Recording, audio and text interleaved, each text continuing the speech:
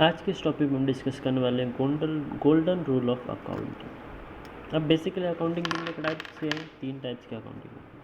पहला क्या है? Personal account. दूसरा क्या है? रियल अकाउंट और नॉमिनल अकाउंट।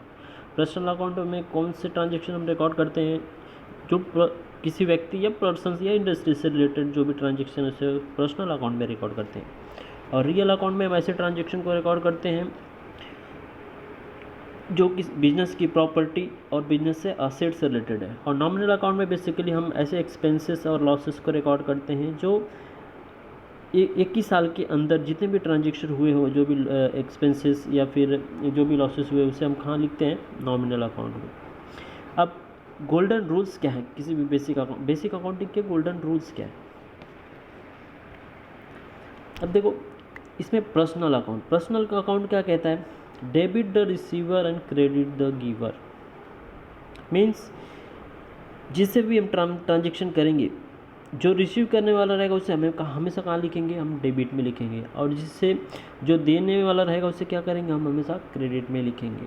ये पर्सनल अकाउंट का रूल है। एंड रियल अकाउंट में देखो, debit what comes in and credit what goes out. Debit what comes in means, मान के चलिए आपने कोई मशीनरी परचेस की, तो एक क्या होगा? मशीन हमारे पास आ रही है, मतलब हमारे पास क्या हो रहा है? एक असेट्स बढ़ रही है। और दूसरी तरफ से क्या हो रहा है? हमारे पास क्या जा रहा है? कैश जा रहा है। तो एक तरफ से हमारी क्या हो रही है? एक तरफ से हमारी दूसरी असेट्स कम हो रही है। अब वैसे ही नॉमिनल अकाउंट्स का रूल है, देखो, और debit all expenses and losses and credit all incomes and gains. इन साल के अंदर जितने भी खर्चे होंगे और लॉसेस होंगे उसे हम कहाँ लिखेंगे? नॉमिनल अकाउंट के डेबिट साइड में। और जो भी हमारी इनकम होंगे, मान लीजिए इंटरेस्ट ऑन बैंक, इंश्योरेंस से जो भी इनकम्स होंगे उसे हम हमेशा कहाँ लिखेंगे? Credit side. अब कुछ फंडामेंटल रूल्स हैं अकाउंटिंग के, जिसमें हम असेट्स और लायबिलिटीज़ की कंडीशन में ये कभी नहीं हम डेबिट करेंगे और कभी नहीं क्रेडिट करेंगे। अब देखो, for assets, expenses and losses की केस में क्या होगा? जब भी ये इंक्रीज़ होगी, मीन्स जब भी ये चीज़ें बढ़ेंगी, असेट्स बढ़ेगा, एक्सपेंसेस बढ़ेगा या लॉस ज़्यादा होगा, उस केस में क्या करेंगे? हम हमेशा उसे डेबिट में लिखेंगे। और जब भी ये चीज़ें कम होंगी, मान लीजिए आपने असेट्स बेच दी, तो एक तरह से असेट क्या होगी? कम होगी, और एक तरह से असेट बढ़ जाएगी।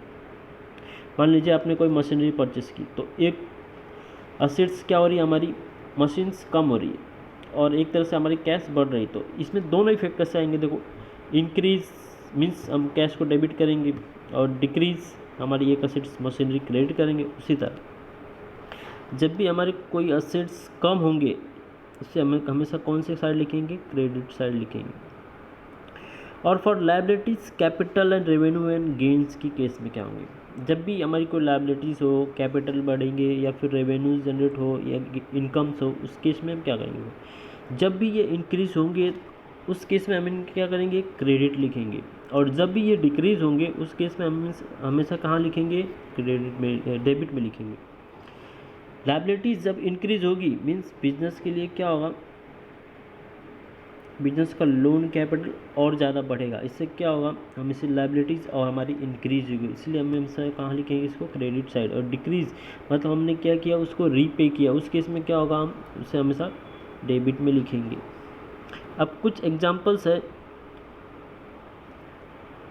अकाउंटिंग के, जैसे फर्नीचर क्या है? ये एक असेट्स है बिजनेस के असेट्स है, मतलब ये रीसेल वैल्यू है। इसे बेच के हम बाद में बिजनेस को पैसा वापस दे सकते हैं, बिजनेसमैन के या जो भी हमारे इन्वेस्टर्स हैं। इसे हमेशा कहाँ लिखते हैं हम? Real account. गुडविल, बिजनेस की जो रेपुटेशंस या एक मार्केट में वैल्यू होती है उसे हम क्या बोलते हैं? गुडविल को हमेशा, ये भी एक बिजनेस की क्या है? असेट्स है, ब्रांड है। ब्रांड्स का जो नाम होता है, जो ब्रांड्स के नाम पे जो चीज़ें भी एक मार्केट में उसकी क्या होती है? एक वैल्यूएशन होती है। वो भी एक क्या हमारे लिए एक क्या है? असेट्स है, इसलिए हम उसे कहाँ किस अकाउंट में लिखेंगे? रियल अकाउंट में।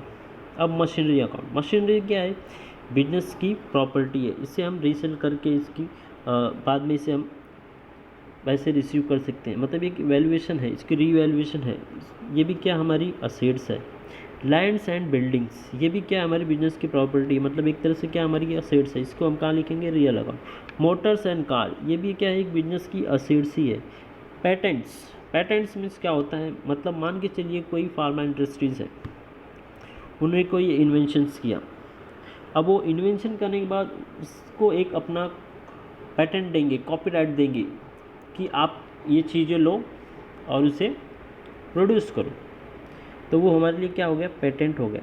मतलब उन्होंने, उनसे हमने एग्रीमेंट करके लिया कि आप इतने सालों के लिए हमारी इस प्रोडक्ट को बना सकते हो, और जो फार्मूला है, जो भी मटेरियल्स है, वो कौन देंगे, सामने वाले को। अब कैश क्या है, कैश क्या है, एक रियल अकाउंट। फर्नीचर्स क्या है, एक रियल अकाउंट।